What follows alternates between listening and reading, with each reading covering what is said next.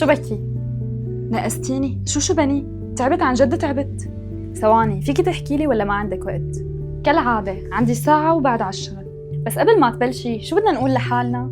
هاد حلمنا وهي حياتنا ونحن أبطالها. اي خلصنا بقى أبطال شو؟ من الصبح عم فيق ركيد لحتى لحق الجامعة، بخلص وبركض لحتى لحق وصل على البيت، ارتاح لي شي ساعة وانزل بعدها على الشغل لأقدر يا دوب طلع مصروف جامعتي وأكلي. خلص استسلمت، بس حتى الاستسلام ما نو ضمن خياراتي.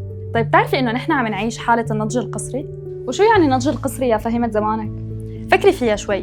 من لما وعينا على الدنيا لقينا حالنا بظروف وضغط أكبر من عمرنا، بس مضطرين نتعامل معه، وبالتالي دماغنا فعل عنا تسريع آلية التطور والتكيف كوسيلة دفاعية للبقاء. يعني من برا نحن كبرنا، بس بالحقيقة جواتنا في فجوات كبيرة من التطور العاطفي والاجتماعي، لأنه ما مشينا درجة درجة. فيك تقولي إنه كنا عم نقطع كل 5 درجات سوا. شو بكي؟ شو عم تفكري؟ ما فهمتي علي؟ فهمت، بس عم فكر إنه إلي ساعة واقفة بهالمطبخ، شو بدنا ناكل؟ ركزي يا قلبي، هون ما في حدا غيرك، وأنا مجرد حديثك مع نفسك، لهيك أنت اللي بدك تقومي تطبخي، لأنه أنت بطلة حكايتك، وحاولي تستعجلي لأنه ما ضل وقت. لحظة، برأيكم شو أسرع شي ممكن أطبخه لحتى لحق شغلي؟